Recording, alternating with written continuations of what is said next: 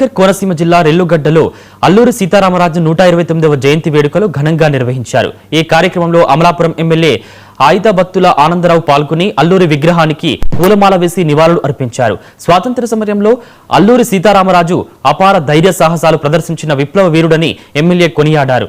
ఆయన ఆశయాలు దేశభక్తి స్ఫూర్తిని ప్రతి భారతీయుడు ఆదర్శంగా తీసుకుని దేశాభివృద్ధికి కృషి చేయాలని పిలుపునిచ్చారు।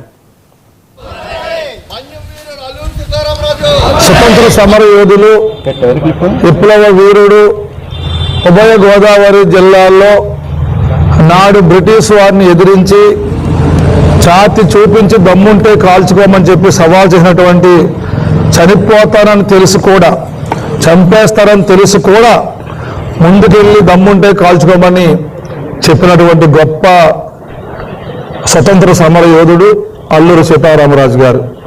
అల్లూరి సీతారామరాజు గారి 129వ జయంతి సందర్భంగా ఈరోజు రెల్లిగడ్డ గ్రామంలో ఆయన విగ్రహానికి పూలమాల అలంకరణ చేసి ఘనమైనటువంటి నివాళులు అర్పించడం జరిగింది।